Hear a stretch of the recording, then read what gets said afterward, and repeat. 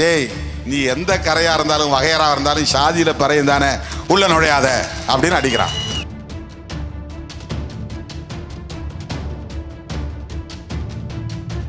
தாக்குனவன் திரும்ப திரும்ப தெருவுக்கு வருவான், கடத்தெருவுல திரிவான், போலீஸோட உறவாடுவான், அவன்கிட்ட பேசிக்கிட்டே திரிவான். இவன் தான் அடிச்சா, இவன் தான் தாக்குனா, இவன் தான் பண்ணாங்கிறது எல்லாமே மீடியாவுல தெரியும். ஆனா அவன் மேல கை வைக்கவே மாட்டாங்க போலீஸ். அவன் தெரிஞ்சுக்கிட்டே இருப்பான். ஐயோ பாவம், இவர்கள் அப்பாவிகள், இவர்கள் மீது இப்படி ஒரு தாக்குதலை நடத்தியிருக்கிறார்களே, இது அநீதி ஆயிற்றே, இதற்கு நாம் ஒரு தீர்வை கண்டாக வேண்டும், இவர்களுக்கு நீதியை பெற்றுத்தர வேண்டும், நாம் படித்திருக்கிறோம், அதற்காக யூனிஃபார்ம் போட்டிருக்கிறோம், அந்த கடமையை செய்ய வேண்டும் என்று ஒரே ஒரு போலீஸுக்கு கூட, ஒரே ஒரு அதிகாரிக்கு கூட, அவன் வட இந்தியாவிலிருந்து வந்தாலும் அதுதான், தமிழ்நாட்டுக்குள்ளே இருந்தாலும் அதுதான். அந்த ஊர்ல எந்த சாதி பெரும்பான்மை சாதியோ அந்த சாதியை சார்ந்த ஒருத்தர் தான் அங்க அதிகாரியா இருப்பார். அவர் ஒரு காலத்திலும் உண்மையை பேச மாட்டார். தாக்குனவன் திரும்ப திரும்ப தெருவுக்கு வருவான், கடத்தெருவுல திரிவான், போலீஸோட உறவாடுவான், அவன்கிட்ட பேசிக்கிட்டே திரிவான். இவன் தான் அடிச்சா, இவன் தான் தாக்குனா, இவன் தான் பண்ணாங்கிறது எல்லாமே மீடியாவுல தெரியும். ஆனா அவன் மேல கை வைக்கவே மாட்டாங்க போலீஸ். அவன் தெரிஞ்சுக்கிட்டே இருப்பான். அது வடகாட்டில் நடந்திருக்குமே, இப்பவும் நடக்குமே.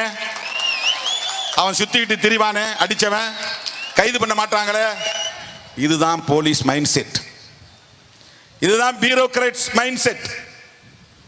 வருவாய்த்துறை, காவல்துறை அதிகாரிகள் ஒருபோதும் பாதிக்கப்பட்ட மக்களின், தலித் மக்களின் சார்பிலே நின்று ஐயோ பாவம், இவர்கள் அப்பாவிகள், இவர்கள் மீது இப்படி ஒரு தாக்குதலை நடத்தியிருக்கிறார்களே, இது அநீதி ஆயிற்றே, இதற்கு நாம் ஒரு தீர்வை கண்டாக வேண்டும், இவர்களுக்கு நீதியை பெற்றுத்தர வேண்டும், நாம் படித்திருக்கிறோம், அதற்காக யூனிஃபார்ம் போட்டிருக்கிறோம், அந்த கடமையை செய்ய வேண்டும் என்று ஒரே ஒரு போலீஸுக்கு கூட, ஒரே ஒரு அதிகாரிக்கு கூட, அவன் வட இந்தியாவிலிருந்து வந்தாலும் அதுதான், தமிழ்நாட்டுக்குள்ளே இருந்தாலும் அதுதான்.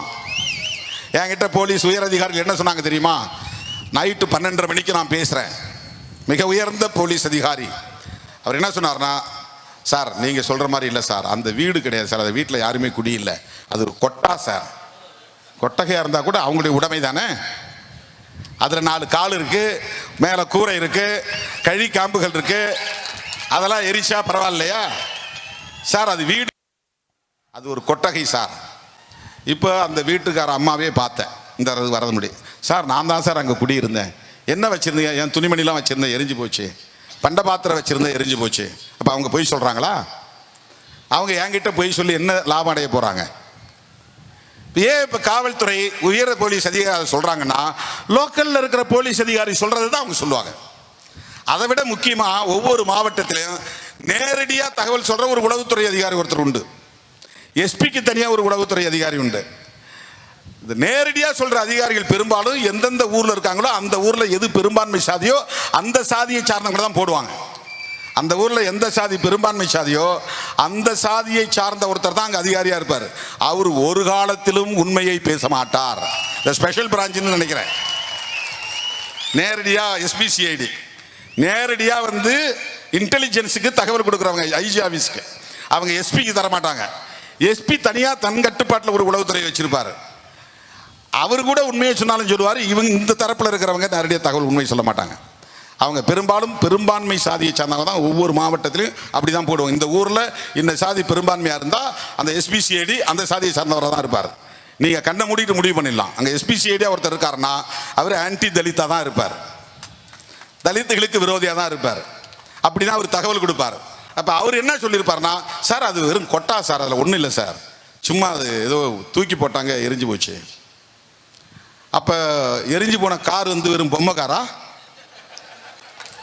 எரிஞ்சு போன 2 சக்கர வண்டி, பிளாஸ்டிக்கில் செஞ்ச 2 சக்கர வண்டியா? அது எப்படி எரிந்தது? இப்போ 12 பேர் வந்து மருத்துவமனையில் படுத்தாங்களா, அவங்களாம் ஆர்டிஃபிஷியல் இன்டெலிஜென்ஸில் செய்யப்பட்டவங்களா? செய்யப்பட்டவர்களா? அவங்க உண்மையான மனிதர்கள் இல்லையா?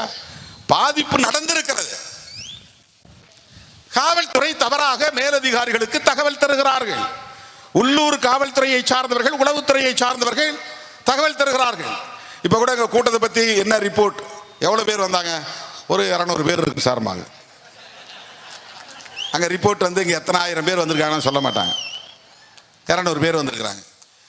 மற்ற கோரிக்கைகள்லாம் விட மாட்டாங்க. போலீஸ் ரொம்ப கடுமையாக விமர்சனம் பண்ணி பேசினாரு, அதிகாரிகளை விமர்சனம் பண்ணி பேசினாரு, அப்படி நெகட்டிவ் ரிப்போர்ட் தான் போகும். எதிர்மறையான ரிப்போர்ட் அறிக்கை தான் அங்கே போகும்.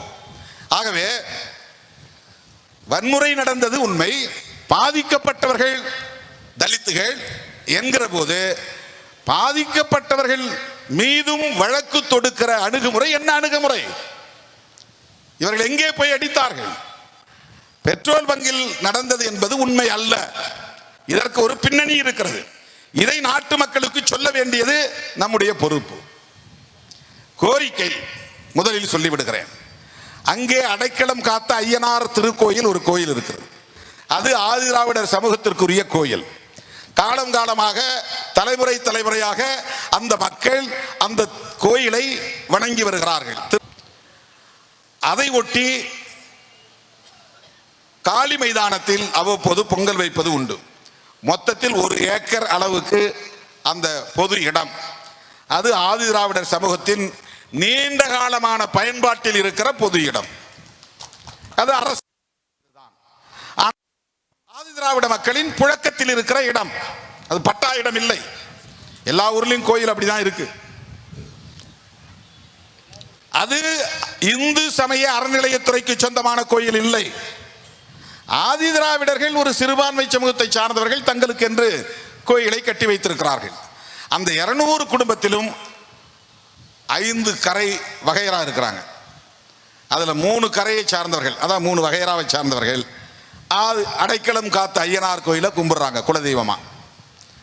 மற்ற 2 கரையை சார்ந்தவர்கள் தனித்தனியா, ஒருத்தர் நொண்டி ஐயனார், இன்னொன்று ஏதோ ஒரு சாமி, 2 சாமி கும்பிடுறாங்க. அது ஒரு 15 குடும்பம், இன்னொன்று ஒரு 25 குடும்பம் 20 குடும்பம்.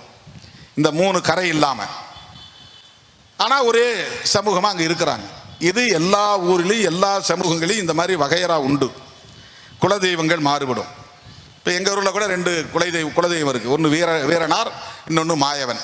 இப்போ நான் இருக்கிற குடும்பத்தை சார்ந்த ஒரு 7-8 கொத்துவை சார்ந்தவங்கெல்லாம் மாயவனை சாமியாக கும்பிட்றாங்க. இன்னொரு 7-8 வகையராவை சார்ந்தவர்கள் வீரனாரை சாமியாக கும்பிட்றாங்க. இது ஊரில் இருக்கக்கூடிய 2 வகையான குலதெய்வம். அந்த மாதிரி வடகாடு கிராமத்தில் 5 கரையை சார்ந்தவர்கள் 3 கரையை சார்ந்தவர்கள் ஒரு சாமியை கும்பிட்றாங்க, அடைக்கலம் காத்த ஐயனார். அந்த அடைக்கலம் காத்த ஐயனார் சாமியை கும்பிடுகிறவர்கள் பெரும்பான்மை, 100 குடும்பங்களுக்கு மேல. மற்ற 2 வகை கரைகளை சார்ந்தவர்கள் மொத்தத்திலே 30 குடும்பம் அல்லது 35 குடும்பம், அவ்வளவுதான். இந்த அடைக்கலம் காத்த ஐயனார் கோவில் இருக்கிற இடம் சற்றொப்ப 1 ஏக்கர், 3/4 ஏக்கருங்கிறாங்க, 1 ஏக்கர்ன்றாங்க. கோயிலுக்கு முன்னால திண்டு மாதிரி கல்லு கட்டி அதுல உபசாமிகள், இந்த துணை தெய்வங்கள் எல்லாம் சிலை வைக்கிறது, அருவாள் வைக்கிறது, கொடுவாள் வைக்கிறது, அம்பு வைக்கிறது, கத்தி வைக்கிறது, இந்த மாதிரி கட்டுறாங்க. காலம் காலமாக இந்த கோயில் வெறுமன இருந்து பாழடைந்த நிலையில் இப்போ புதிதா அதை இடித்து நல்ல பெருசா அகலமா கட்டலாம் அப்படின்னு முயற்சிக்கிறாங்க. அங்கிருந்து தான் பிரச்சனை வருகிறது. இந்த பிரச்சனையை புலனாய்விலே காவல்துறை அறிந்திருக்க வேண்டுமா வேண்டாமா? வடகாடு கிராமத்தில் பிரச்சனை முதலில் 2009 தொடங்குகிறது. அப்போதே அவர்கள் சாமி கும்பிடுகிற போது பிரச்சனைகள் செய்திருக்கிறார்கள். 2015 கோவிலை இடித்து பெரிதாக கட்டுகிறார்கள். அப்படி கட்டக்கூடாது என்று எதிர்ப்பு. அவ்வப்போது அம்பேத்கர் படம் போட்ட பதாகைகளை வைக்கிறார்கள் கடைவீதியிலே. அந்த பதாகையை கிழிக்கிறார்கள். புகார் கொடுத்தால் நடவடிக்கை இல்லை. அதெல்லாம் கண்டுக்க மாட்டாங்க. போலீஸ் கொடுத்தா போயா பார்த்துக்கலாம், அதெல்லாம் ஒன்றும் ஆகாது போ. இந்த மாதிரி பல சம்பவங்கள் நடந்திருக்கு.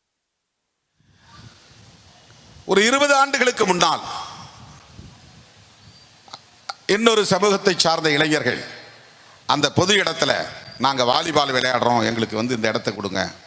இப்போ அவங்க 2000 குடும்பம் இருக்கிறாங்க. அவங்களுக்கு பல இடங்களில் பொது இடம் கிடக்குது, விளையாடுறதுக்கு இடம் கிடக்குது, சந்தைப்பேட்டையில் இடம் கிடக்குது, அங்கெல்லாம் போய் விளையாடலாம். சரி, இது பக்கத்திலே இருக்கு கேட்குறாங்க. இவங்க பெரும்பாலும் இளகிய மனம் உள்ளவர்கள், பெருந்தன்மை உள்ளவர்கள். நம்ம ஊர் பசங்க கேட்குறாங்க, சரி விளையாண்டுக்குங்க, அது பொது இடம் தானே, விளையாண்டுக்குங்க. அப்படி விளையாடி கொண்டிருந்தவர்கள் கோவிலை கட்ட எதிர்ப்பு தெரிவிக்கிறார்கள், விரிவுபடுத்த எதிர்ப்பு தெரிவிக்கிறார்கள். நாங்க கோயிலை கட்ட போறோம், இன்னும் பல ஏற்பாடுகள் செய்ய வேண்டும், இனிமேல் நீங்கள் இங்கே வந்து வாலிபால் விளையாட வேண்டாம் என்று சொன்னதுதான் பிரச்சனை. திருமாவளவன் படம் போட்ட பதாகை வைத்தால் கிழித்தெறிவது, அம்பேத்கர் படம் போட்ட பதாகை வைத்தால் கிழித்தெறிவது. ஏன் அந்த 2 காரை அடித்து உடைத்திருக்கிறார்கள் என்றால், தீ வைத்திருக்கிறார்கள் என்றால், ஒரு வண்டியிலே திருமாவளவன் படம் இருந்திருக்கிறது, விடுதலை சிறுத்தைகளின் கொடி போடப்பட்டிருக்கிறது. அண்மையிலே மாண்புமிகு முதலமைச்சர் அவர்கள் சட்டமன்றத்திலே ஒரு தீர்மானம் கொண்டு வந்தார். இனிமேல் அரசு ஆவணங்களில் அல்லது புழக்கத்தில் காலனி என்கிற சொல்லை கையாளக்கூடாது. வடகாடு என்பது கிராமத்தின் பெயர். ஆனால் எஸ்சி மக்கள் இருக்கிற பகுதியை மட்டும் எஃப்ஐஆர்ல போட்டாலும் வேற எந்த ரெக்கார்டில் போட்டாலும் வடகாடு காலனி, ஊர் ஒன்று தானே, வடகாடுன்னு போட்டால் போதும் இல்லை, ஏன் 2ஆ பிரித்து காட்டணும்? அதுக்கு என்ன தேவை வந்ததுன்னு தெரியல. அவனும் வடகாடு இவனும் வடகாடு, வடகாடுன்னு சொன்னால் போதும், அதை 2ஆ பிரித்து சொல்ல வேண்டிய தேவை என்ன இருக்கிறது? அப்படி அடையாளப்படுத்தினா அதுக்கு வார்டு நம்பரை சொல்லுங்க, இது 4வது வார்டு அது 5வது வார்டுன்னு சொல்லுங்க. ஊராட்சியில் வார்டு இருக்கா இல்லையா? பேரூராட்சியில் வார்டு இருக்கா இல்லையா? எப்படியா இருந்தாலும் எழுதும்போது பிரிச்சு தான் எழுதணும். அது புத்தியிலே ஊறி போச்சு, ரத்தத்திலே ஊறி போச்சு. வடகாடு காலனி. இப்போ முதலமைச்சர் வந்து இனிமே அதை பயன்படுத்தக்கூடாதுன்னு சொன்னாங்க. இந்த ஊரில் இருக்கிற பையங்க கொஞ்சம் விவரம் தெரிஞ்ச பசங்க, அரசியல் புரிதல் உள்ள பசங்க இதை புரிஞ்சுக்கிட்டு உடனே முதலமைச்சருக்கு நன்றி அப்படின்னு யாம்படத்தையும் போட்டு வச்சுட்டாங்க. அதை பெட்ரோல் ஊற்றி கொளுத்துறாங்க. இது சாதி மோதல் இல்லையா? முதலமைச்சர் படமும் இருக்கக்கூடிய டிஜிட்டல் பேனர், திருமாவளவன் படம் மட்டும் இல்லை, அதில் அம்பேத்கர் படம் மட்டும் இல்லை, முதலமைச்சர் தளபதி மு.க. ஸ்டாலின் அவர்களின் படமும் அதில் இருக்கு. அவருக்கு தான் நன்றி சொல்லப்படுகிற பதாகை அது. அந்த பதாகையை தீ வைத்து கொளுத்துகிறார்கள், அதுவும் பெட்ரோல் கொண்டு வந்து அதை ஊற்றி கொளுத்தி இருக்கிறார்கள் என்றால் இது சாதி அடிப்படையிலானதா இல்லையா? முத்துமாரியம்மன் தேரோட்டத்தில் நாம் பங்கேற்பதில்லை என்று அடைக்கலம் காத்த ஐயனார் கோயிலை, அந்த சாமியை வழிபடக்கூடிய ஒரு பிரிவினர், 3 வகையாக்களை சார்ந்த ஒரு பிரிவினர் முன்கூட்டியே முடிவு செய்து இப்படிலாம் பிரச்சனை இருக்கு, நாம தேரோட்டத்துக்கு போக வேண்டாம் அப்படின்னு முடிவு பண்றாங்க. முத்துமாரியம்மன் கோயிலுக்கு அவங்க போகல, தேரோட்டத்துக்கு அவங்க போகல. ஏன் வம்பு? இப்போ அவங்களுக்கு இருக்கிற ஒரு காமன் சென்ஸ் பாருங்க. அவங்க கூடி முடிவு பண்ணி வேணாம், ஏற்கனவே இந்த பிரச்சனை இருக்கிறதுனால வேண்டாம். அப்போ ஒரு பிரச்சனை இருக்குங்கிறது தெரியுதில்ல? எப்படி போலீஸ் அங்கே இல்லைன்றாங்க, சாதி அடிப்படையில் இது நிகழலைங்கிறாங்க. அந்த சாதாரண மக்களுக்கு அந்த புரிதல் இருக்கிறது. ஏற்கனவே இந்த கோயில் தொடர்பான வழக்கு 2005 வழக்கு போட்டிருக்காங்க. ஏன் வழக்கு போட்டாங்கன்னா அதுக்கு ஒரு பின்னணி இருக்கு. அது பொது இடம் தானேன்னு சொல்லி அந்த இடத்துல காவல் நிலையம் கட்டுறதுக்கு வராங்க. நல்ல மெயின் ரோடு, அந்த பிரதான சாலை ஓரத்தில் அது இடம் இருக்கு. அது எஸ்சி இடமா இருந்தால் அவங்களால அதை பொறுத்துக்க முடியாது. கோவில்பட்டியர்கள் அந்த ஊர் என்ன ஊர் பிரச்சனை? குறிஞ்சாங்குளம். குறிஞ்சாங்குளத்தில் கூட அது ரோட்டோரத்தில் அந்த மக்களுடைய புழக்கம் இருக்கு, கோயிலும் இருக்கு. அதுதான் பிரச்சனை. ஏன்னா மெயின் ரோட்டில் இவங்க இருக்கிறதா, உள்ள இருந்தால் பிரச்சனை கிடையாது. எஸ்சி தெருன்னா அது உள்ள இருக்கணும், இன்டீரியரா இருக்கணும். பொதுமக்கள் நடமாடுற இடத்துல அது இருக்கக்கூடாது. இவங்க இடம் வாங்கி போட்டிருந்தாங்கன்னா அந்த இடத்துல இந்த மக்கள் குடி இருக்கக்கூடாது, அது வேல்யூ இருக்காதும்பாங்க. உடனே அந்த மக்களை காலி பண்ணாதான் அந்த லேண்டுக்கு வேல்யூ வரும். மெட்ராஸில் நிறைய இடங்கள் அப்படி தான் அப்புறப்படுத்தினாங்க. சிங்கார சென்னைங்கிற பேரில் எஸ்சி மக்களை தான் தூக்கிட்டு வந்து ஒக்கேன் துறைப்பாக்கம் போட்டாங்க. அதுக்கு முக்கிய காரணம் என்ன? சென்னையை அழகுபடுத்துறதுனாக்கா இப்போ எஸ்சி மக்கள் இருந்தால் அது அழகாக இல்லைங்கிறது தான் அர்த்தம். அதுதானே அர்த்தம். அது அதை விட முக்கியமாக லேண்ட் வேல்யூ, அந்த நிலத்தினுடைய மதிப்பீடு எஸ்சி மக்கள் குடியிருந்தால் யாரும் வாங்க மாட்டாங்க, விலை போகாது, விலை குறைச்சலாக இருக்கும். ரொம்ப மெயினான இடத்துல இருந்தால் இவ்வளவு மெயினான இடத்துல இவனுங்க இருக்கிறாங்களே அப்படிங்கிற ஆத்திரம். இப்போ அந்த இடத்துல காவல்துறை காவல் நிலையம் கட்டுவதற்கு வருகிறது. பொது இடம் கட்ட வராங்கன்னு பொதுவாக சொல்லலாம். மேலோட்டமாக பார்த்தா, லாஜிக் படி பார்த்தா கரெக்ட். இது ஒன்றும் உங்கள் பட்டா இடம் இல்லையே, இது கவர்மெண்ட் லேண்டு தானே, இந்த இடத்துல அரசாங்கம் கட்டிடம் கட்டுறதுல உங்களுக்கு என்ன பிரச்சனை, அரசாங்க இடம் கட்டித்தான் தீருவோம் அப்படின்னு அதிகாரிகள் பேசுவாங்க. இப்போ கள்ளக்குறிச்சி பக்கத்தில் அப்படிதான் 25 வருஷத்துக்கு முன்னாடி பட்டா கொடுத்த இடம் 137 பேருக்கு பிரிதிவி மங்கலம்னு. அதுக்கு பக்கத்தில் கலெக்டர் ஆஃபீஸ் இருக்கிறதுனால அந்த லேண்ட் வேல்யூ கூடி போயிடுச்சு. உடனே அதை காலி பண்ணணும், அங்கே நாங்கள் குவார்ட்டர்ஸ் கட்டணும். ஏன் காலி பண்ணோம்? உங்களுக்கு இடம் கொடுத்து 25 வருஷம் ஆகி யாரும் அங்கே வீடு கட்டல. அது சமமில்லாத பகுதி, கண்ணாபின்னான்னு கிடந்துச்சு, கரடு முரடாக கிடந்துச்சு. அதை பிரித்து கொடுத்தாங்க பட்டா. அதை போய் சமப்படுத்துறதுக்கு இவங்கள்ட்ட சக்தி கிடையாது, அளந்து விடவும் இல்லை. இன்னைக்கு லேண்ட் அப்ரிசியேஷன் ஆயிருச்சு, வேல்யூ கூடி போயிருச்சு. உடனே மாவட்ட ஆட்சித்தலைவர் உள்ளிட்ட எல்லாருக்கும் கண்ணை உறுத்துது. இவ்வளவு மெயின் இடத்துல கலெக்டர் ஆஃபீஸ் பக்கத்தில் எஸ்சி குடியிருப்பு இருக்கிறதா, பட்டாலாம் கேன்சல். அதுதான் இங்கே அதே உளவியல் தான். இந்த இடத்துல இவங்க 1 ஏக்கர் பரப்பளவு உள்ள இடத்தை பயன்படுத்துறாங்களே, இந்த இடத்துல ஒரு காவல் நிலையத்தை கட்டலாம். இப்போ ஆதிராவிட சமூகத்தை சார்ந்தவர்கள் போய் வழக்கு போடுறாங்க. சில நேரங்களில் நீதிமன்றம் நமக்கு உயிர் கொடுக்குது.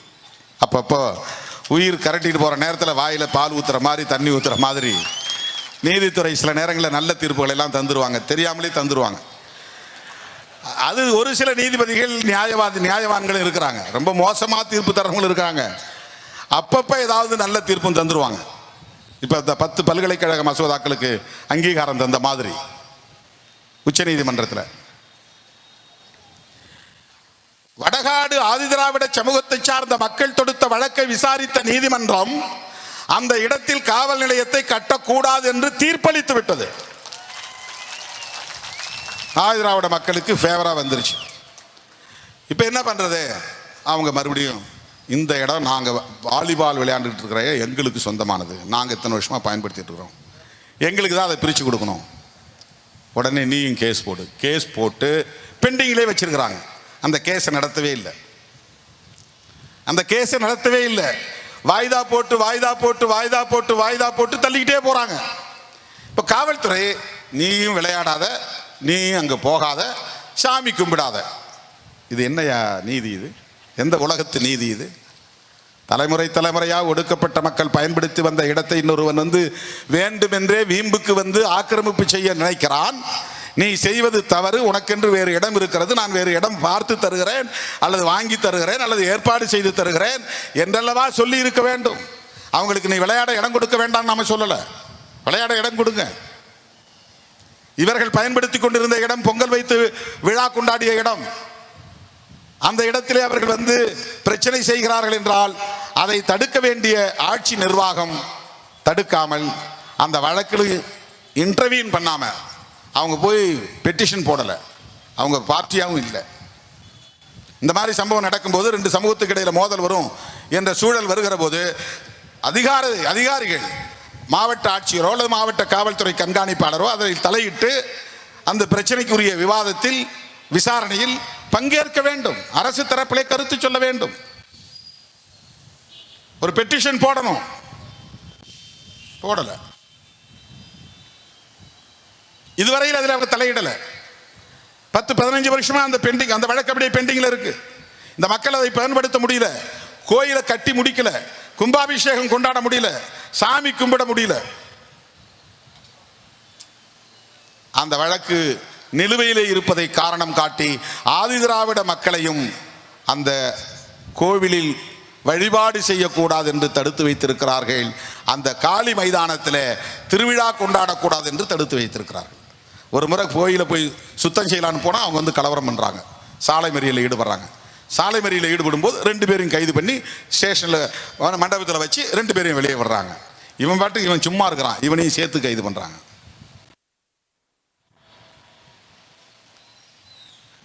திண்டு கட்டி அங்கே சில உப தெய்வங்களை வைப்பதற்கான முயற்சியில் ஈடுபட்ட போது அவர்கள் சாலை மறியலில் ஈடுபடுகிறார்கள். இப்போ இது ஒரு சமூக பதற்றம் உருவாகிறதா இல்லையா? உடனடியாக அரசு தலையிட்டு திறப்பையும் பேசி அவர்களிடையே ஒரு சுமூகமான நல்லிணக்கத்தை ஏற்படுத்தி இருக்க வேண்டுமா வேண்டாமா? ஆனால் பேச்சுவார்த்தைங்கிற பெயரில் இப்போ கூட அண்மையில் நடந்திருக்கு, 4 நாளைக்கு முன்னாடி. இந்த பேச்சுவார்த்தையில் மறுபடியும் என்ன சொல்கிறாங்கன்னா, நீங்கள் சும்மா இருங்க, அங்கே கோயிலுக்கிட்ட போகக்கூடாது, இனிமே அவங்க வழக்கில் போய் தலையீடு செய்து அதன் பிறகுதான் முடிவு சொல்லுவாங்க. அதான் ப்ரொசீஜர், ரைட். ஆனால் இந்நேரம் அதெல்லாம் தலையீடு செய்திருக்க வேண்டுமா இல்லையா? இந்த கலவரம் நடப்பதற்கு முன்பே தலையிட்டு இருக்க வேண்டுமா வேண்டாமா? தமிழ்நாட்டில் எந்த சேரி கொளுத்தப்பட்டாலும் அங்கே எஸ்பி போக மாட்டார், உடனே கலெக்டர் போக மாட்டாங்க. காலனி தானே கொளுத்துனாங்க, சரி ரைட்டு பார்த்துக்கலாம். லோக்கலில் போலீஸ்கிட்ட கூப்பிட்டு 2 தரப்புலையும் அரெஸ்ட் பண்ணு, இமீடியட்டாக செக்யூர் பண்ணு, மேலேருந்து போலீஸ் வருது, அவங்க தரப்பில் வந்து லிமிட்டாக பார்த்துக்கோ. 50 பேர் மேலே புகார் கொடுக்குறாங்க, ஒரு 5-6 பேரை கைது பண்ணு, இந்த பக்கத்தில் ஒரு 5-6 பேரை கைது பண்ணு, பேலன்ஸ் பண்ணு. இதுதான் டைரக்ஷன். உயர் நீதிமன்றத்தில் ஒருத்தர் போய் பப்ளிக் இன்ட்ரெஸ்ட் லிட்டிகேஷன் போடுறார், சண்முகன் ஒருத்தர். அந்த வழக்கை விசாரித்த நீதிபதி யாரோ ஒரு நல்ல மனுஷன், ஏன் இதை வரலாம் கலெக்டர் அங்கே போகல, ஏன் எஸ்பி அங்கே போகல, போய் பார்க்க வேண்டாமா அப்படின்னு கேள்வி எழுப்பின பிறகு அம்மா போயிருக்கிறாங்க, இந்த மாவட்ட ஆட்சித்தலைவர். அது நீதிமன்றம் கேள்வி எழுப்பின பிறகு. நீங்க கடந்த கால வரலாறு எதை வேணாலும் எடுத்து பாருங்க, எத்தனை சேரிகள் தாக்கப்பட்டிருக்கின்றன, எத்தனை சேரிகள் எரிக்கப்பட்டிருக்கின்றன, எத்தனை படுகொலைகள் நிகழ்ந்திருக்கின்றன. மதுரையெல்லாம் நான் உடனே அந்த இடத்துக்கு போய் நிற்பேன், காவல்துறை அதிகாரி நம்மளை வந்து தடுப்பாங்க, போகக்கூடாது, நாங்கள் பார்த்துக்குறோம், லா அண்ட் ஆர்டர் வந்துடும், பிரச்சனை வந்துடும், உங்களை வெட்டிடுவாங்க. என்னை போய் மேலவளவு முருகேசன் உடலுக்கு மலர் வளைய வைக்க விடாமல் தடுத்தாங்க மேலூரில். சரி, நான் நிற்கிற இடத்துல மலர் வளைய வச்சுட்டு போகிறேன், இந்த இடத்துலையும் மேலவளவு முருகேசன் காலடிப்பட்ட மண் இருக்குது, இந்த மண்ணிலே நாம் அவனுக்கு வீர வணக்கம் செலுத்துகிறேன்னு மேலூர் கடை வீதியிலேயே காவல் நிலையத்தின் முன்னாலேயே 7 பேருக்கும் மலர் வளைய வச்சுட்டு வணக்கம் வச்சுட்டு டிஐஜி கணேசன் ஒருத்தர் இருந்தார். அவர் வந்து சார் சுச்சுவேஷன் சரியில்லை, அதனால தான் சொல்கிறேங்க, ஒரு நல்ல மனுஷன், இன்னைக்கு கொஞ்சம் போயிருங்க, எனக்கு பாதுகாப்பு கொடுத்து அந்த இடத்துக்கு அழைச்சிட்டு போகணும், அதுதான் போலீஸுடைய கடமை. பாதிக்கப்பட்டவர்கள் என்னை பார்த்தாங்கன்னா கொஞ்சம் அழுது தீர்த்தாங்கன்னா கொஞ்சம் டிஸ்சார்ஜ் ஆகும். அவங்களுக்கு யார் நாதி, யார் அவங்களுக்கு ஆறுதல் சொல்லுவா, சொல்றதுக்கு யார் இந்த தமிழ்நாட்டில் இருக்கிறாங்க, எந்த கட்சி இருக்கிறது? அவன் கண்ணீர் வடித்து கொண்டிருக்கிற போது அவன் கண்ணீரை துடைப்பதற்கு எந்த கைகள் நீளும், எந்த கை நீண்டிருக்கிறது? அப்ப இவர் வந்து ஒரு இயக்கம் நடத்துறாரு, இவர் வராரு, சரி இவரை அழைச்சிட்டு போகும், நீங்க உட்காருங்க சார், முன்னால பின்னால பாதுகாப்பு போட்டு வாங்க, மேலே வளவு வரேன், அந்த பாடியில் மலர் வளைய வைங்க, அஞ்சலி செலுத்துங்க, வாங்க மறுபடியும் உங்களை கொண்டாந்து மதுரையில் விடுறேன் அப்படின்னு விட்டுருக்கணும். ஆனால் செய்யல. எக்கச்சக்கமாக போலீஸ் நிற்குது, திரும்பி போன்னு என்னை வந்து மறிக்கிறாங்க. அப்படியே செவர் வச்ச மாதிரி ஆயுதம் தாங்கிய போலீஸ், இந்த ஆயுதப்படை போலீஸ், ஆம்டு போலீஸ் 3-4 வரிசை நிற்கிறாங்க, என்னை மறித்து நிற்கிறாங்க, நான் உள்ளே போயிடக்கூடாது. 7 பேரை வெட்டி சாய்ச்சிருக்கிறாங்க. அந்த நேரத்தில் கூட ஆட்சித்தலைவர் உடனே அந்த இடத்துக்கு போகல. இதுதான் வடகாட்டிலும் நடந்திருக்கிறது. ஆக நம்முடைய கோரிக்கை வடகாட்டு பிரச்சனையில் அடைக்கலம் காத்த ஐயனார் கோவிலை வழிபடுவதற்கு ஆதிதிராவிட மக்களுக்கு மரபுப்படி அனுமதி வழங்க வேண்டும். அது அவர்களுக்கே உரிய கோயில், நாளைக்கு அதை திறந்து விட வேண்டும். அவர்களின் நீண்டகால புழக்கத்தில் இருக்கிற பகுதியிலே வாலிபால் விளையாடுவோம் என்று ஆக்கிரமிப்பு செய்திருக்கிற அந்த ஆக்கிரமிப்பை அகற்ற வேண்டும். அங்கு வரக்கூடாது, யாரும் வரக்கூடாது, அவர்களுக்கு தடை விதிக்க வேண்டும். மீறி வந்தால் சட்டப்படி நடவடிக்கை எடுக்க வேண்டும். என்ன அவங்கள்ட்ட மட்டும் போய் கெஞ்சுறீங்க, இங்க வந்து மிரட்டுறீங்க, இது என்ன அப்ரோச்? எஸ்சி மக்கள்னா மிரட்டுறது, அவங்கள்ட்ட போனால் ரெக்வஸ்ட் பண்ணுறது, இல்லைங்க நாங்கள் பார்த்துக்குறோம், நாங்கள் பேசிக்கிறோம், கொஞ்சம் கலைஞ்சி போங்க. எஸ்சி எஸ்டி மக்கள்னா உடனே லத்தி சார்ஜ், அடிதான். என்ன கலவரம் பண்ணாலும் அவங்க கலவரம் பண்ணால் அப்படியே நின்று வேடிக்கை பார்ப்பாங்க. நீ சாலை மறியல் பண்ணாலே நீ எப்படி பப்ளிக் வந்து டிஸ்டர்ப் பண்ணுற, அடி மண்டே பொழந்து ரத்த கலரி ஆக்கிடுவாங்க. இதெல்லாம் 35 வருஷத்தில் சந்திச்சது. எல்லா களங்களிலும் இது போல ஒரு பயாஸ்ட் அப்ரோச், பியூரோக்ராட்ஸ் அணுகுமுறை அப்படித்தான் இருந்திருக்கிறது. இப்போ இந்த பிரச்சனை அதுதான். ஆக முதல் கோரிக்கை, அடைக்கலம் காத்த ஐயனார் கோவிலை ஆதிதிராவிடர்கள் பயன்படுத்துவதற்கு அனுமதிக்க வேண்டும், அந்த தடையை விலக்க வேண்டும். அந்த பகுதியில் அந்த புழக்கத்தில் உள்ள இடத்தில் பிறர் செய்கிற ஆக்கிரமிப்பை தடுக்க வேண்டும். அது அவங்களுக்குரிய இடம், யாரும் அங்கே போகக்கூடாது, இதை செய்யணும். இரண்டாவது, இந்த பிரச்சனைகளுக்கெல்லாம் காரணம் என்று காவல்துறையே ஒப்புதல் வாக்குமூலம் தந்திருக்கிற டாஸ்மாக் கடையை அங்கிருந்து முற்றாக அப்புறப்படுத்த வேண்டும். நாங்கள் இதுதானே சொல்றோம், அதுக்கு தானே மது மற்றும் போதை ஒழிப்பு மாநாட்டை நடத்தணும். இந்த தமிழ்நாடு முழுக்க இருக்கிற மதுக்கடைகளை மூடுங்கள். எல்லா சமூகத்தை சார்ந்த இளைஞர்களும் பாழாகிறானே. முத்திரையர் சமூகத்தை சார்ந்த இளைஞரும் குடிச்சிட்டு தானே 2 வீலரில் போய் தகராறு எடுக்கிறான். குடிச்சிருந்தாலும் போதையில் இருந்தாலும் சாதி புத்தி மாறலையே. இதுதான் ஆதிதிராவிடர் தெருன்னு உள்ள போய் அங்கே போய் தகராறு பண்ணுறான். குடிக்கிறதுக்கு அந்த தெரு வழியாக தான் போகிறான், குடிச்சிட்டு வரும்போது அந்த தெரு வழியாக தான் வரான். இது உண்மையா இல்லையா? இப்போ மறுபடியும் அது பிரச்சனைக்கு இடம் தருமா தராதா? ஆகவே அந்த தெருவில், கடை தெருவில், அதுவும் தலித் தெருவில் கூட அல்ல, பிற சமூகத்தினர் வாழக்கூடிய தெருவை ஒட்டியே அந்த மதுக்கடை இருக்கிறது. 24 மணி நேரத்தில் அந்த மதுக்கடையை அரசு அப்புறப்படுத்த வேண்டும், அதை மூட வேண்டும்.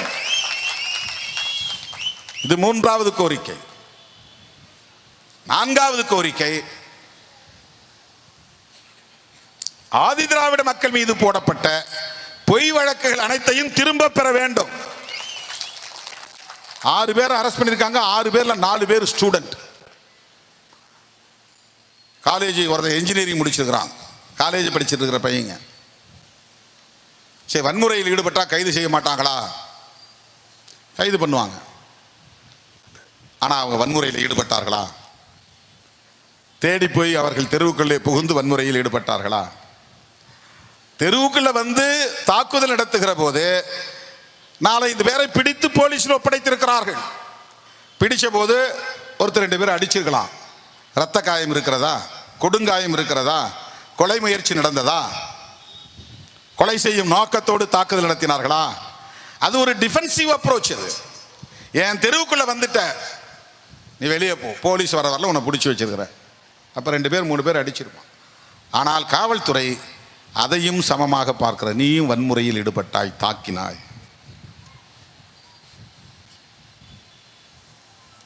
மாணவர்கள் என்றும் கூட பாராமல், இப்போ அவங்க நினைச்சா வேற என்ன ஒரு 4 பேரை பிடிச்சி அதே எஸ்சியிலே தாக்குதல் நடத்தினான்னு நடத்தலே எத்தனையோ பேர் மேலே நீங்கள் போய் வழக்கு போடுறீங்க. அப்படி எஸ்சி தரப்பில் இவெல்லாம் ஸ்டூடெண்ட்ஸ், போய் ஒழுங்காரு, இனிமேலாம் இந்த மாதிரி பிரச்சனை தலையிடாத, ஒழுங்காக படித்து வாழ்க்கையில் முன்னேறதுக்கு பாரு அப்படின்னு சொல்லிட்டு வேற யாரோ பசங்க கல்லூரிக்கு போகாத, பள்ளிக்கு போகாதவங்க அந்த சம்பவத்தில் ஈடுபட்டிருந்தால் அவங்கள அரெஸ்ட் பண்ணி உள்ளே கூட போடட்டும். ஆனால் அதெல்லாம் பார்க்க மாட்டாங்க. அவங்க கேரியர் ஸ்பாயில் ஆனால் கூட அதை பற்றி அவங்களுக்கு கவலை கிடையாது. 6 பேரை உள்ள வச்சிருக்கிறாங்க. ஆகவே ஆதிதிராவிட சமூகத்தை சார்ந்த இளைஞர்கள் மீது, மக்கள் மீது போடப்பட்ட வழக்குகளை திரும்ப பெற வேண்டும். இது முக்கியமான கோரிக்கை. அதற்கு அடுத்து, இப்போது புலனாய்வு செய்யக்கூடிய காவல்துறை அதிகாரிகளை அந்த இடத்திலிருந்து மாற்ற வேண்டும், அல்லது அந்த வழக்கை அடுத்த நிலையில் இருக்கிற சிபிசிஐடி மாதிரியான புலனாய்வுத்துறையிடம் ஒப்படைக்க வேண்டும். இந்த காவல்துறை விசாரித்தால், ஏற்கனவே எஸ்பி ஒரு ஸ்டேட்மெண்ட் கொடுத்துட்டாரு, இது பெட்ரோல் பங்கில் நடந்த சண்டை, குடிச்சிட்டு போதையில் இருந்த இளைஞர்கள் மோதிக்கொண்டார்கள், இது சாதிய வன்கொடுமை இல்லை அப்படின்னு சொல்லிட்டார். இதை மீறி எப்படி அவங்க இன்வெஸ்டிகேஷன் நடத்துவாங்க? உயரதிகாரி இப்படி சொன்ன பிறகு ஒரு ப்ரீ கன்சீவ்டு தாட்ஸ், முன்கூட்டியே முடிவு செய்யக்கூடிய சிந்தனைகள், எண்ணம், ஒரு இன்வெஸ்டிகேஷனுக்கு அது ஒரு பெரிய பேரியர், அது ஒரு தடை. அப்படி சொல்லி இருக்க கூடாது. அவர் சொல்லிட்டார். இப்போ அங்கே இருக்கக்கூடிய டிஎஸ்பி, எஸ்பி சொன்ன ஸ்டேட்மெண்ட்டுக்கு மாறா எப்படி ஒரு ஸ்டேட்மெண்ட் எழுதுவார்? புலனாய்வில் அவருக்கு என்ன விவரம் கிடைத்தாலும், என்ன ஆதாரம் கிடைத்தாலும், எத்தகைய தரவுகள் கிடைத்தாலும், எப்படி எஸ்பி சொன்ன கருத்துக்கு, நிலைப்பாட்டுக்கு மாறாக அவர் புலனாய்வு அறிக்கையிலே பதிவு செய்வார்? வழக்கை எப்படி நடத்தி முடிப்பார்? எப்படி அந்த குற்றவாளிகளுக்கு தண்டனை வாங்கி தருவார்? எனவே அந்த வழக்கில் தொடர்புடைய அதிகாரிகள், அது ஆய்வாளராக இருந்தாலும் டிஎஸ்பியாக இருந்தாலும், அவர்களிடம் அந்த விசாரணை போகக்கூடாது, அல்லது அவர்களிடமிருந்து ஒட்டுமொத்தமாக அதை மாற்றி சிபிசிஐடி விசாரணைக்கு ஒப்படைக்க வேண்டும் என்பது எமது கோரிக்கை. தமிழ்நாடு முழுவதும் இப்படி ஆங்காங்கே நடைபெற்றுக் கொண்டிருக்கிற சூழலில் தமிழ்நாடு அரசு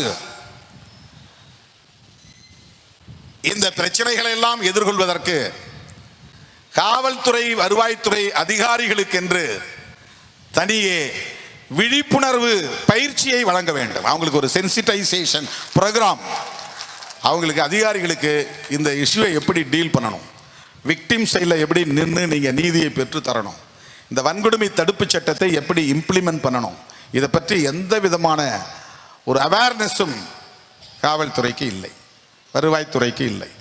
ஒரு பிரச்சனை நடந்தால் இம்மீடியட்டாக அங்கே போய் நிற்கணும். அவங்க அப்போ தான் லா அண்ட் ஆர்டர் பிரச்சனையை மாற்ற முடியும். வேங்கவேல் பிரச்சனைக்கு அப்படி தான் கலெக்டர் போய் அந்த பிரச்சனையை முற்றா டைவெர்ட் பண்ணி விட்டாங்க. போனாங்க, லேட்டாக போனாங்க, ஆனால் டைவெர்ட் பண்ணி விட்டாங்க. அங்கே போய் டீ கடையில் நின்று ரெட்டை டம்ளர் இருக்குது, அவனை கைது பண்ணி இவனை கைது பண்ணி போட்டு பிரச்சனையை டிபேட்டே மாற்றி விட்டாங்க. இன்வெஸ்டிகேஷனில் அந்த ஊர் ஜனங்களே இளைஞர்களே தண்ணி தொட்டியில் போய் போட்டாங்க. ரொம்ப இன்டெப்த்தாக நாம் விசாரிச்சிட்டோம். யார் மேலே முரளி உட்பட யார் மேலே இவங்க வழக்கு போட்டிருக்காங்களோ அவங்கள நேரடியாக உட்கார வச்சு கடுமையாகவும் நாம் விசாரித்து பார்த்துட்டோம். எப்படின்னா, நாங்கள் குடிக்கிற தண்ணியில் நாங்களே மலத்தை போடுவோம். இது என்ன உலகத்தில் இல்லாத பெரிய அநீதியாக இருக்கிறது, கொடுமையாக இருக்கிறது.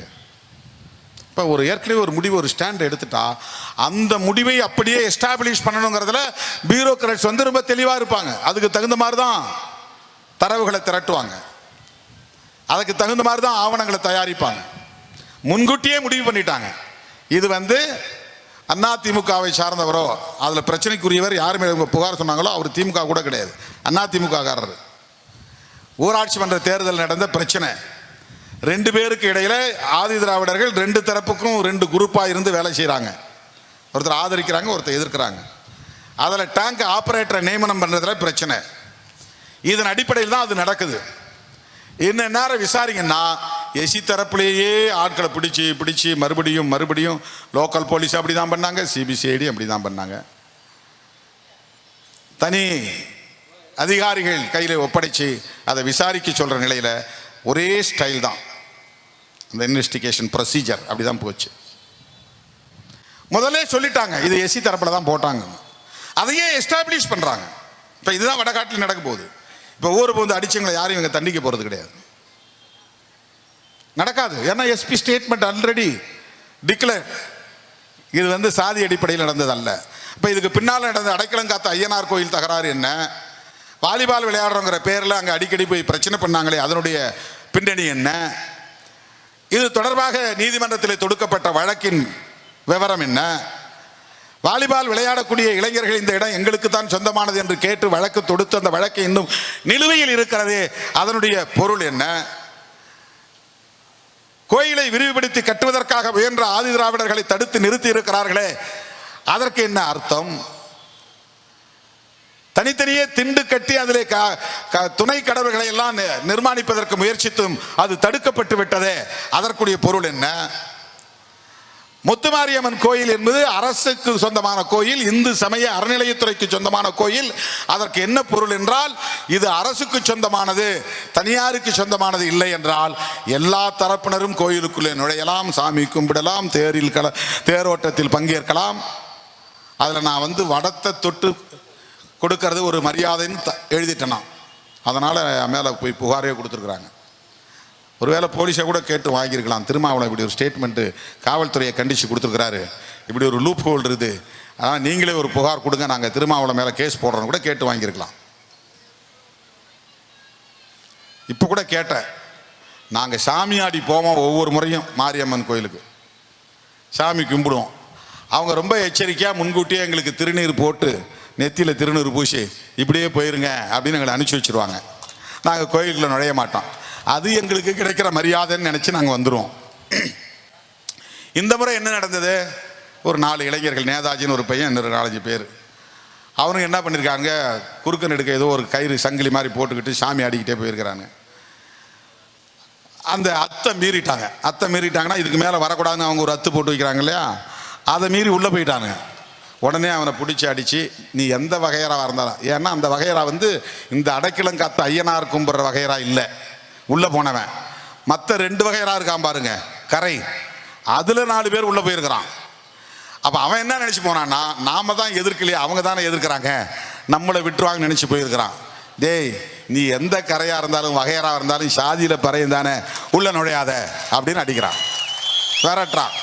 அது அவனுக்கு அப்போ தான் புரிஞ்சிருக்கு, ஓ நம்ம ஊருக்குள்ளே தான் 2ஆக இருக்கிறோம், அவனை பொறுத்தவரையும் நம்மளை ஒன்றா தான் பார்க்குறான், ஒரே ஆளாக தான் பார்க்குறான் அப்படின்ட்டு வாயை மூடிட்டு வந்துட்டான். வெளியில் வந்த பிறகு தான் 300 பேர் உள்ளே பூந்து அடிக்கிறான். உங்களுக்கு கோயிலுக்குள்ளே நுழையிற அளவுக்கு திமிர் வந்துருச்சா, இதுதான் சொல்லி அடித்தது.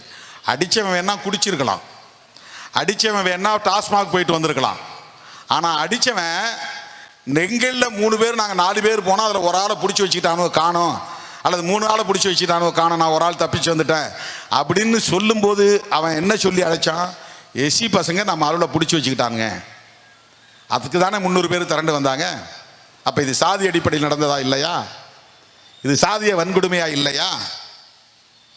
எனவே காவல்துறை அதிகாரிகள் இந்த வன்கொடுமை தடுப்பு சட்டத்தை முறையாக நடைமுறைப்படுத்துவதற்கும் பாதிக்கப்பட்ட மக்களின் பக்கம் நின்று புலனாய்வு விசாரணையை முறையாக நடத்துவதற்கும் அவர்களுக்கு ஒரு விழிப்புணர்வு பயிற்சி என்பது தேவைப்படுகிறது. ஒரு சென்சிட்டைசேஷன் புரோகிராம் என்பது தேவைப்படுகிறது. மாண்புமிகு முதல்வருக்கு இதை நாங்கள் ஒரு வேண்டுகோளாக இந்த மாபெரும் ஆர்ப்பாட்டத்தின் ஊடாக நாங்கள் முன்வைக்க விரும்புகிறோம். அங்க இருக்கக்கூடிய 6000 வாக்காளர்களும் தலித்துகளுக்கு எதிரி அல்ல. அங்க இருக்கக்கூடிய 2000 குடும்பத்தை சார்ந்த முத்திரையர்களும் தலித்துகளை எதிர்க்கக்கூடியவர்கள் அல்ல. 4 பேர் 5 பேர் சாதி அடிப்படையில் இயங்கக்கூடியவர்கள். ஏதாவது ஒரு சாதி சங்கத்தில் இருப்பான், இல்லைன்னா ஏதாவது ஒரு கட்சியில் இருப்பான். இவர்கள் பண்ணுகிற பிரச்சனை தான். நாங்கள் ஒட்டுமொத்த முத்திரையர் சமூகமே தலித்துகளுக்கு எதிரி என்று சொல்லுவதற்காக வரவில்லை. ஆனால் பெரும்பான்மையை பயன்படுத்தி தலித்துகளை, ஆதி திராவிடர்களை அடக்கி ஒடுக்க வேண்டும் என்று முனைகிற, முயற்சிக்கிற, ஈடுபடுகிற, வன்முறையை தூண்டுகிற, வன்முறையில் ஈடுபடுகிற அந்த குறிப்பிட்ட சிலர் யார்? அவர்களை மட்டும் அடையாளம் கண்டு அவர்கள் மீது உரிய நடவடிக்கையை, சட்டப்பூர்வமான நடவடிக்கையை எடுங்கள். சமூக நல்லிணக்கம் தான் சிறுத்தைகளின் வேட்கை. சாதி அடிப்படையில் மோதிக்கொள்ளக்கூடாது. சமூக நல்லிணக்கமே தேவை. இந்த சமூகத்தில் இருக்கிற எத்தனையோ தோழர்கள் விடுதலை சிறுத்தைகள் கட்சியிலே இருக்கிறார்கள். சில சமூக இயக்க தலைவர்கள் நம்மோடு நட்பில் தான் இருக்கிறார்கள், நண்பர்களாகத்தான் இருக்கிறார்கள். சில அரசியல் புரிதல் உள்ளவர்கள் இவ்வளவு காலம் இந்த பகுதியிலே இப்படி எல்லாம் எதுவும் நடந்ததில்லை, இனி நடக்கவும் கூடாது, நீங்கள் எல்லாம் சமூக நல்லிணக்கத்திற்கு துணையாய் இருங்கள் என்று தொலைபேசியிலே பேசுகிறார்கள். விடுதலை சிறுத்தைகளை பொறுத்தவரையில் ஒட்டுமொத்த சமூகமே தலித்துகளுக்கு எதிராக இருக்கிறது என்று நாங்கள் சொல்லவில்லை. எந்த சமூகமாக இருந்தாலும் அதில் வன்முறையில் ஈடுபடக்கூடியவர்கள், அரசியல் ஆதாயத்திற்காக செயல்படக்கூடியவர்கள் சிலர் இருக்கிறார்கள். இப்போ வட மாவட்டங்களில் வன்னியர் சமூகம்னா ஒட்டுமொத்த வன்னியர் சமூகமும் ஆதி திராவிடர்களை தாக்குவதில்லை. அரசியல் ஆதாயத்திற்காக அந்த சாதிய உணர்வை தமக்கு ஆதாயத்திற்கு பயன்படுத்துகிற பாமகவை நாங்கள் விமர்சிக்கிறோம். அதனால்தான் அது இடம்பெறுகிற கட்சியை கூட்டணியை நாங்கள் இடம்பெற மாட்டோம் என்று சொல்லுகிறோம். பாமகவை எதிர்ப்பதால் வன்னியர்களை எதிர்ப்பதாக பொருள் ஆகாது. பாமகவை விமர்சிப்பதால் ஒட்டுமொத்த வன்னியர்களையும் நாங்கள் விமர்சிப்பதாக பொருளாகாது. வன்னியர் சமூகத்திற்கு பாடுபடவும் விடுதலை சிறுத்தைகள் களத்தில் நிற்கிறோம், கைகோர்த்து நிற்கிறோம். முத்திரையர் சமூகத்தின் ஜனநாயக உரிமைகளுக்காக விடுதலை சிறுத்தைகளும் குரல் கொடுக்கும், போராடும். இப்ப ஓபிசியில தானே வராங்க அவங்க. ஓபிசியினுடைய கோரிக்கைகளுக்காக எத்தனை இடங்களிலே விடுதலை சிறுத்தைகள் போராடி இருக்கிறோம். நாடாளுமன்றத்திலே குரல் எழுப்பி இருக்கிறோம். கல்வி வேலை வாய்ப்பிலே இடஒதுக்கீடு பெறுவதற்கு ஒரு வருமான வரம்பு இருந்தது. வெறும் 2.5 லட்சம் ரூபாய் ஆண்டு வருமானம் இருந்தால், அதுக்கு மேலே இருந்தால் அவங்க பிள்ளைகளுக்கு ஸ்காலர்ஷிப் கிடையாது, அட்மிஷன் கிடையாது, இடஒதுக்கீடு கிடையாது. இந்த நிலை இருந்தது. எந்த ஓபிசி தலைவரும் அதை கண்டுபிடிக்கவும் இல்லை, அதற்காக குரல் கொடுக்கவும் இல்லை. அதை கண்டுபிடித்து முதலிலே மன்மோகன் சிங்கிடம் போய் மனு கொடுத்தவன் திருமாவளவன். 2.5 லட்சம் ரூபாய் ஆண்டு வருமானம். சாதாரண ஒரு ஆஃபீஸ் அசிஸ்டன்ட், ஒரு பியூன், ஒரு சத்துணவு வேலை செய்கிறவன் வருஷத்துக்கு 2.5 லட்ச ரூபா சம்பளம் வந்துடும் வருமானம். ஆனால் 2.5 லட்ச ரூபா சம்பளம் வர்றதுனால அவன் பிள்ளை எந்த அனுபவத்தையும் பயனையும் அனுபவிக்க முடியாது. அரசு தருகிற எந்த சலுகையும் பயன்பெற முடியாது. அதனால் வருமான வரம்பை உயர்த்துங்க, 8 லட்சமாக உயர்த்துங்க. 8 லட்சம் ஆண்டுக்கு வருமானம் வந்தாலும் அவன் வீட்டு பிள்ளைக்கு இடஒதுக்கீடு கிடைக்கணும், ஸ்காலர்ஷிப் கிடைக்கணும் என்று சொன்ன இயக்கம் மன்மோகன் சிங்கிடம் போய் கடிதம் கொடுத்தவன் திருமாவளவன், விடுதலை சிறுத்தைகள் கட்சி. ஓபிசிக்கு எதிரானவர்கள் இல்லை. திருமாவளவன் கொடுத்த மனுவை ஏற்றுக்கொண்ட மன்மோகன் சிங் பிரதமர் அவர்கள் அதன் பிறகு அந்த வருமான வரம்பை 4.5 லட்சமாக உயர்த்தினார். அதனால் இன்னைக்கு லட்சக்கணக்கான ஓபிசி குடும்பங்களை சார்ந்த பிள்ளைகள் பயன்பெறுகிறார்கள். அதே மாதிரி மருத்துவ கல்வி படிக்கிறதுல ஆல் இண்டியா கோட்டான்னு ஒரு கோட்டா இருக்கு. ஆல் இண்டியா கோட்டானா என்னன்னா, ஒரு மெடிக்கல் காலேஜில் 100 இடம் இருக்கு. அந்த 100 இடத்துல 15 இடத்த டெல்லி அரசாங்கத்துக்கு கொடுத்துடணும். அந்த 15 சீட்ல அவங்க பார்த்து முடிவு பண்ணி இந்தியா முழுக்க இருக்கக்கூடிய மத்திய அரசாங்கத்தில் வேலை செய்யக்கூடிய குடும்பங்களை சார்ந்த பிள்ளைகளுக்கு மருத்துவம் படிக்கிற வாய்ப்பை தருவாங்க 15 சீட்ல. அதுல SC STக்கு கோட்டா உண்டு. அதிலே கவர்மெண்ட் எம்ப்ளாயா இருக்கிற சென்ட்ரல் கவர்மெண்ட் எம்ப்ளாயிஸ், மத்திய அரசு ஊழியர்கள் இருப்பாங்க இல்லையா, டெலிஃபோன்ஸில் வேலை செய்வாங்க, பேங்க்ல வேலை செய்வாங்க, ரயில்வேல வேலை செய்வாங்க.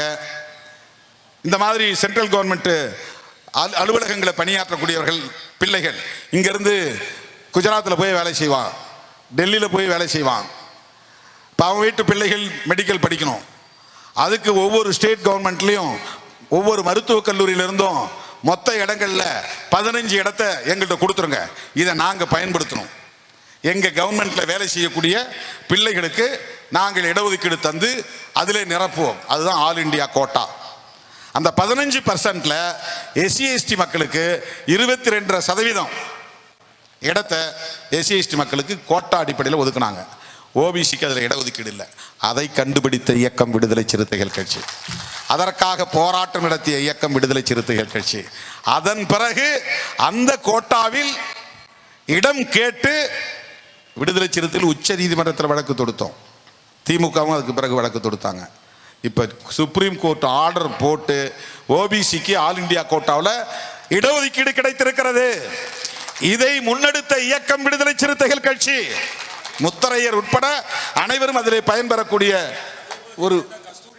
ஒரு வாய்ப்பை இன்றைக்கு நாம் ஏற்படுத்தி தந்திருக்கிறோம். பல சமூகங்களை சார்ந்த பெண்கள் பாதிக்கப்படுகிறார்கள். அதற்காக நாம் போராடி இருக்கிறோம். ஒரு நாளும் விடுதலை சிறுத்தைகள் கட்சி தலித் அல்லாத பிற சமூகங்களை எதிரியாக பார்த்ததில்லை, எதிராக நிறுத்தியதில்லை. வடகாடி சம்பவத்தில் ஈடுபட்டவர்கள் சிலர், குறிப்பிட்ட சிலர், 2000 குடும்பங்களும் கிடையாது. எல்லோருக்கும் அப்படி ஒரு எதிர்ப்பு மனோநிலை இருக்கிறது என்று சொல்ல மாட்டோம். ஜனநாயக சக்திகள் உண்டு, மனிதநேயம் உள்ளவர்கள் உண்டு, சமூக நல்லிணக்கத்தை விரும்புகிறவர்கள் உண்டு. காவல்துறையிலும் அப்படி நல்ல அதிகாரிகள் உண்டு, வருவாய்த்துறையிலும் அப்படி நல்ல அதிகாரிகள் உண்டு, நீதித்துறையிலும் அப்படி நல்ல அதிகாரி. ஆனால் சாதியவாதத்தோடு செயல்படக்கூடியவர்களைத்தான் நாம் விமர்சிக்கிறோம், கண்டிக்கிறோம். எனவே வடகாடி சம்பவம் 2 குடிபோதையில் இருந்த தரப்பினருக்கு இடையிலே நடந்த மோதல் அல்ல. அடைக்கலம் காத்த ஐயனார் கோவிலை ஆதி திராவிடர்கள் பயன்படுத்துவதை பொறுத்துக் கொள்ள முடியாமல் அதிலிருந்து உருவான பிரச்சனை தான். அம்பேத்கர் படம் போட்ட பதாகைகளை கிழித்தெறிவதிலிருந்து, தீ வைத்து கொளுத்தியதிலிருந்து இந்த பிரச்சனை மெல்ல மெல்ல முற்றியது. அதனுடைய விளைவாகத்தான் முத்துமாரியம்மன் தேரோட்டத்தின் போது அந்த தெருவுக்குள்ளே புகுந்து தாக்குதல் நடத்தியிருக்கிறார்கள். எனவே காவல்துறை முறையாக இதை விசாரித்து உரிய நடவடிக்கை எடுக்க வேண்டும். பாதிக்கப்பட்ட மக்களுக்கு நீதி வழங்க வேண்டும். அதற்கு தமிழ்நாடு அரசு, காவல்துறை, குறிப்பாக மாண்புமிகு முதலமைச்சர் அவர்கள் நேரடியாக இதிலே தலையிட வேண்டும். இந்த காவல்துறையின் புலன் விசாரணையில் இருந்து மாற்றி நடுநிலையோடு விசாரிக்கக்கூடிய அதிகாரிகளை நியமித்து CBCID விசாரணைக்கு ஆணையிட வேண்டும் என்பதை சொல்லி, தலித்துகள் மீதே போடப்பட்ட வழக்குகளை உடனடியாக திரும்ப பெற வேண்டும் என்பதை வலியுறுத்தி, அடைக்கலம் காத்த ஐயனார் கோவிலை வழிபடுவதற்கு ஆதிதிராவிட மக்களுக்கு அனுமதியை உடனடியாக வழங்க வேண்டும் என்று வலியுறுத்தி, சமூக நல்லிணக்கத்தை பேணுவதற்குரிய அனைத்து நடவடிக்கைகளையும் மேற்கொள்ள வேண்டும் என்று இந்த கூட்டத்தில் என் அழைப்பை ஏற்று வருகை தந்த என் உயிரின் உயிரான விடுதலை சிறுத்தைகள் அனைவரும் பாதுகாப்பாக வீடு திரும்ப வேண்டும் என்று வேண்டுகோள் விடுத்து, 31ஆம் தேதி திருச்சிராப்பள்ளியில் நடைபெறுவதாக இருந்த மாபெரும் பேரணி ஜூன் 14ஆம் தேதி நடைபெறுவதாக அறிவிக்கப்பட்டிருக்கிறது. நாடே திரும்பி பார்க்கக்கூடிய வகையில் அந்த பேரணி அமைய வேண்டும். அதற்கு ஏற்ப இப்போது பணிகளை தீவிரப்படுத்த வேண்டும் என்று கேட்டு விடைபெறுகிறேன். நன்றி, வணக்கம். ஜெய் பீம்.